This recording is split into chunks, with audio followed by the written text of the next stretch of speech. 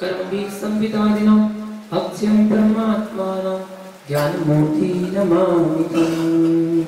नमो हरिपादं नमो सिद्धाणं नमो आयर्याणं नमो वज्रायाणं नमो योगे सौवे साहोणम्। जय बोलो आचार्य भगवान अक्लांत स्वामी की, आचार्य गुरु विराज सकल जिमान विराज की, आचार्य श्री विशुद्ध सकल जिम विराज की, अहिंसा में विश्व धर्म की।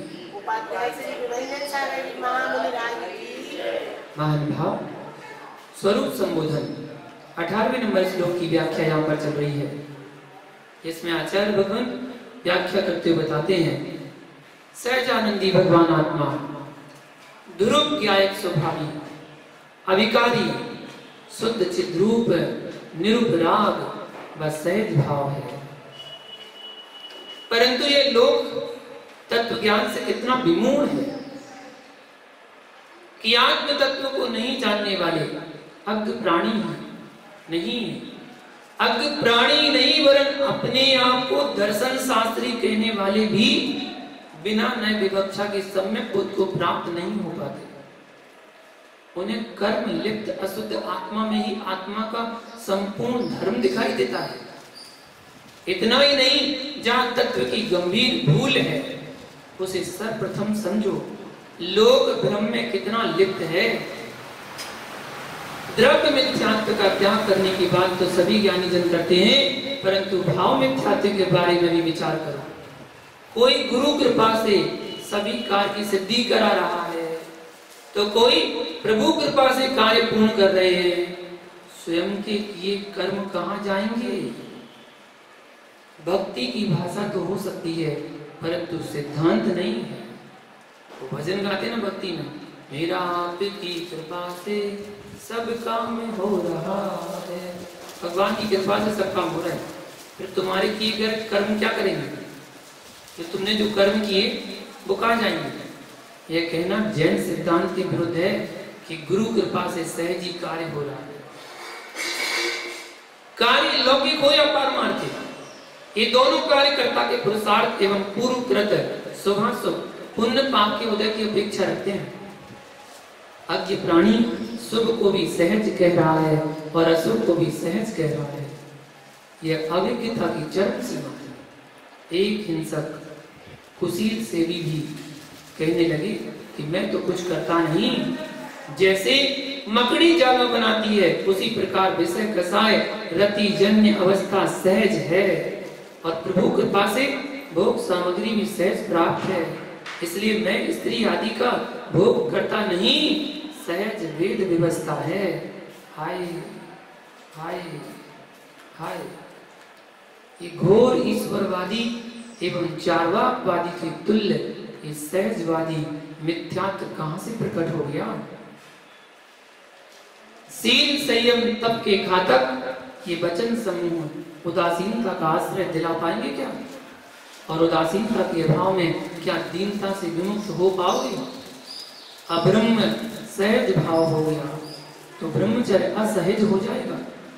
सहज स्वभाव से मुक्ति मिलती है, फिर तो लोक में हिंसक, चोर, असत्यभाषी, कुशील सेवी, परिग्रही उसी भाव से सिद्ध गति को गमन करेंगे। यही प्रश्न है। नरक जाने वाले कौन हो सकते हैं? स्वयं विचार करें।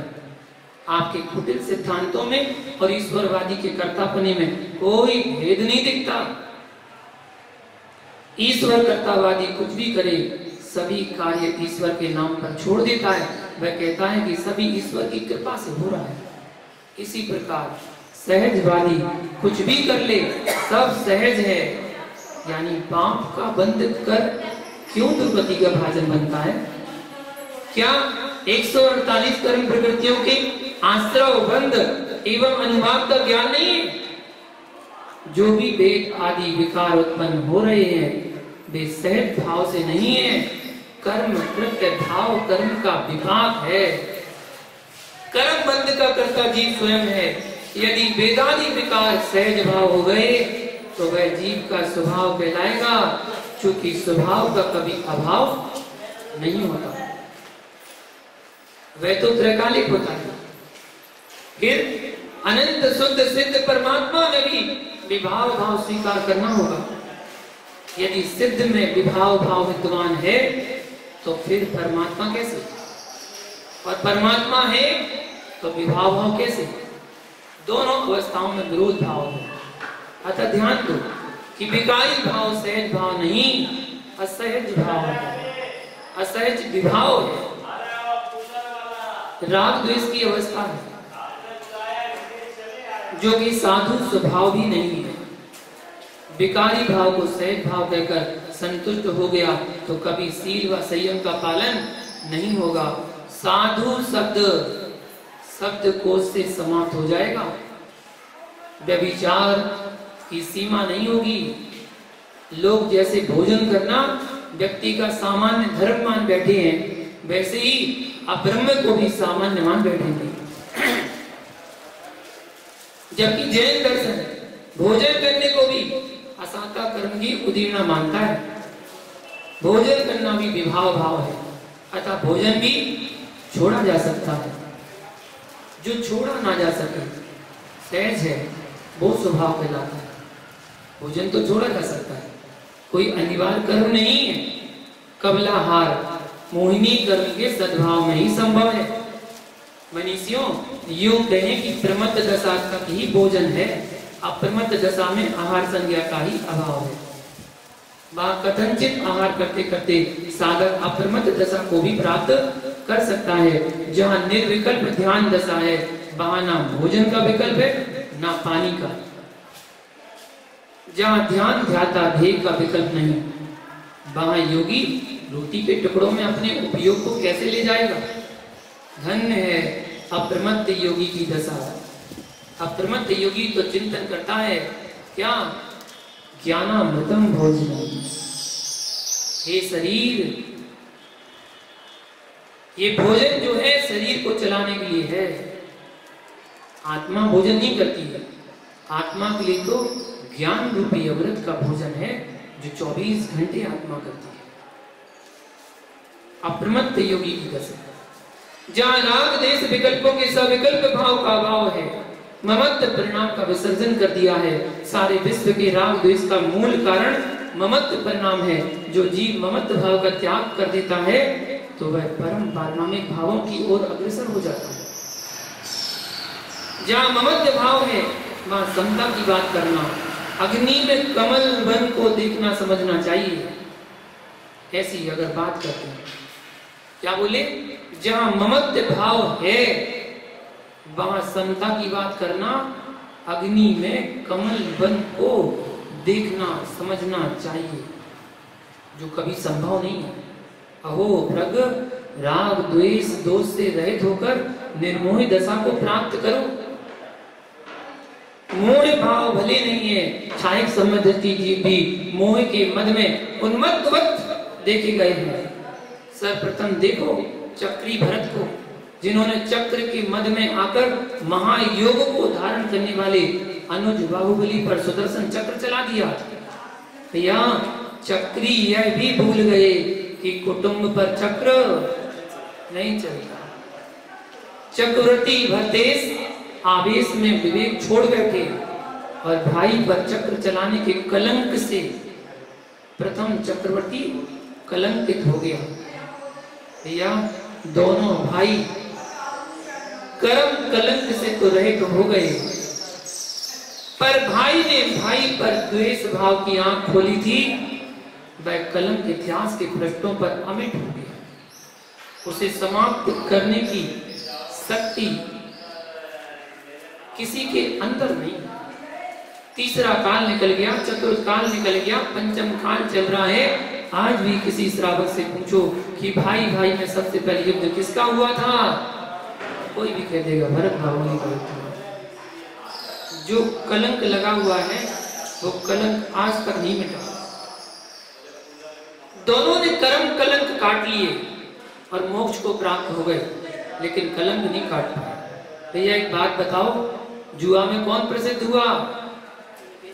युधिष्ठिर द्रुवेश। जुआ का कलंक लगा हुआ है उसके सर पर, वो कलंक नहीं काट पाया। कर्म कलंक को काटकर सिद्ध अवस्था को प्राप्त कर ली। भैया अंजन कौन था? अंजन कौन था? चोर। चोर नाम का जो कलंक लगा वो कलंक नहीं मिट पाया, लेकिन कर्म कलंक को काटकर सिद्ध अवस्था को प्राप्त कर लिया, मोक्ष चला गया। भैया मान कसाई के राग ने ऐसा द्वेष उत्पन्न किया कि एक श्रेष्ठ भ्राता ने अपने ज्येष्ठ पने को ही नहीं वरन श्रेष्ठ पने को भी छोड़ दिया। एक क्षण भरत चक्री के उस भावों को देखा जाए तो कितने कलुष भाव रहे होंगे। कसाई की तीव्रता का इससे बड़ा दृष्टांत क्या होगा? कसाई नहीं बांधना किसी से।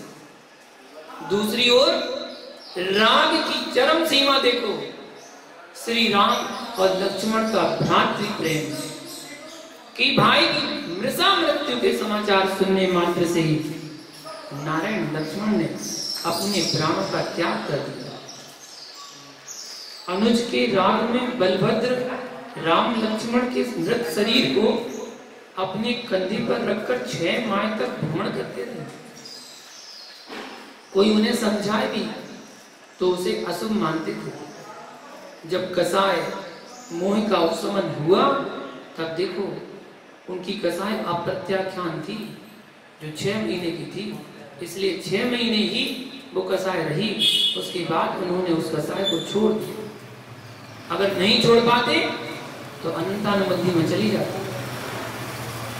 देखो चक्री भरत एवं बलभद्र श्री राम दोनों उग्र तपस्वी हुए एवं केवल प्राप्त करके परम निर्वाण दशा को प्राप्त कर सिद्ध हो गए। मन वचन का तीनों से ही ममत्व का त्याग कर अल्प राग भी दीर्घ संसार का कारण है, ऐसा समझना।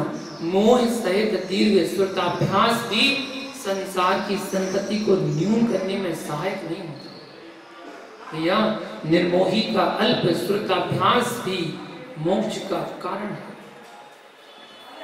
इसलिए आत्मवेदेशी को चाहिए कि वह नित्य ही एकत्र विभक्त निज आत्मा को भेदे, अन्य पदार्थों को हे उपाधि ज्ञेय रूप से ही तो देखे, किंतु यथार्थ परम उपाधि एकमात्र विशुद्ध आत्मा ही है।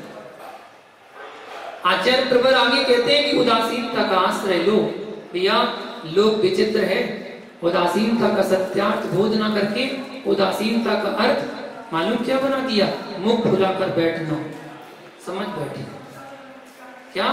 उदासीनता का अर्थ मुख फुलाकर बैठना समझ बैठे। धर्मात्माओं को देखकर भी जिनके चेहरों पर प्रमुदित भाव नहीं आ रहे हैं, कसाय भाव, अहम भाव, ईर्षा भाव का नाम उदासीनता भाव नहीं है।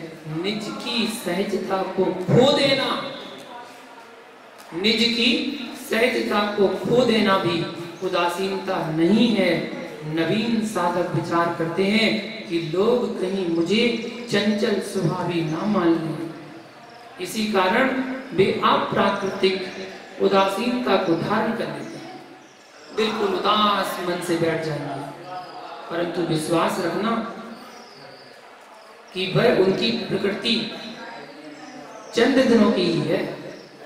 शीघ्र उस उदासीनता की मृत्यु हो जाती है और पुनः हास्य कसाय अपना स्थान स्थापित कर लेता है। देखने वाले भी आश्चर्यचकित हो जाते हैं। अहो गंभीर साधक एकाएक मुखर कैसे हो गया, जबकि वे गंभीर हुए ही नहीं थे। वे तो उदासी के कवच को धारण किए थे। जैसे शीत मौसम में व्यक्ति कोट को धारण कर लेते हैं, परंतु ग्रीष्म काल में उसे उतार कर फेंक देते हैं, वैसे ही जो जीव उदासीनता के अर्थ को नहीं जानते, वे भावुकता के मौसम में गंभीरता के कवच को धारण कर लेते हैं। भावुकता शीघ्र समाप्त हो जाती है। भावुकता गई तो गंभीरता भी उनकी गई। यथार्थ में गंभीरता एवं उदासीनता दोनों में सहजता होती है। भावुकता का कार्य सहजता नहीं है, चंचलता से रहित जो स्वाभाविक अवस्था है वह गंभीरता है। और वात्सल्य अनुराग के साथ विषय कसायों एवं उनके कारणों से निजात्मा की रक्षा करना, धन एवं धरती के राग से पूर्ण पृथक जीवन जीना उदासीनता है। साधकों का जो जीवन है वह स्त्री व स्त्री दोनों से दूर है, प्राणी मात्र के प्रति साम्य भाव रखने वाला है, उदासीन भाव रूप है। जैसे कोई अग्नि, विष, सिंह, अजगर आदि मृत्यु के मुख से भयभीत होता है, वैसे उदासीन स्वभावी साधक मोक्ष मार्ग में रागवर्धक विपरीत वस्तुओं से भयभीत रहता है। अहो, आज देखकर आश्चर्य होता है, साधना की चरम सीमा वाले भेष को प्राप्त करने के उपरांत भी उदासीनता की छाया में नहीं बैठ पा रहे हैं। संस्थाओं के राग में ब्रह्मचारी एवं यति मुद्रा को याचक पनी में लगा के देखकर लगता है कि अहो, विचारों ने त्रिलोक के दुर्लभ जिन मुद्रा एवं ब्रह्मचर्य मुद्रा को प्राप्त किया और सेठों धनिकों के पीछे ऐसे लगे हैं जैसे बेही भगवान। मनुष्यों उभय भेषों में ये कार्य शोभा नहीं देते। सामाजिक राजनीतिक ग्रस्त जनों के कार्यों से निज को पृथक करना ही उदासीनता है। आगम के तत्वों को यथार्थ कहना चाहिए। आगामी पीढ़ी यह नहीं समझने लगे कि नाना मठों की स्थापना ही साधु की परिभाषा है।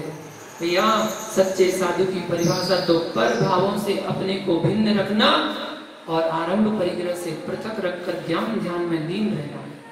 अहो मुमुक्षु, बहुत ही वात्सल्य भाव पूर्वक आपसे कहना चाहता हूँ कि जिन लिंग और ब्रह्मचारी के श्वेत वस्त्रों की जो महिमा है उसे उत्साह शक्ति के साथ निर्दोष रहने दिया जाए। अन्य भेषों में श्री पर दृष्टि रखें, परंतु धर्मात्मा के भेष में इससे बचना ही श्रेष्ठ है। यही सत्यार्थ मोक्ष मार्ग है। अन्यथा द्रव्य तीर्थ तो दिखते रहेंगे, परंतु भाव तीर्थ देखने को नहीं मिलेगा।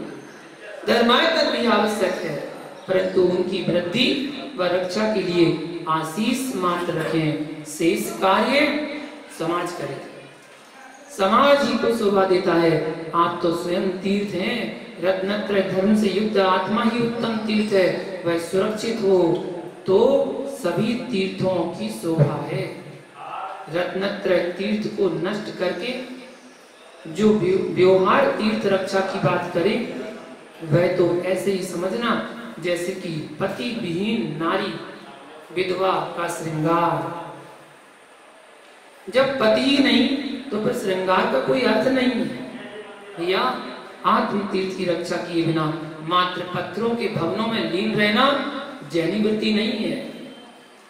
जैनी वृत्ति तो राग द्वेष रहित निर्मोही उदासीनता से युक्त तत्व चिंतन में लीन और मोक्ष मार्ग में परम उत्साही रहना है। निश्चय व्यवहार तीर्थ में निज परिणामों को अनवरत रखना, विषय कसाय के निमित्तों पर भी कसाय नहीं करना, पाप से भी द्वेष बुद्धि का परिहार करना, फिर पापियों से एवं धर्मात्माओं से द्वेष कहाँ। यही सम्यक तत्वबोध है। चाहे पुण्यात्मा हो या पापी जीव हो, हमें किसी से राग द्वेष के भाव नहीं करना।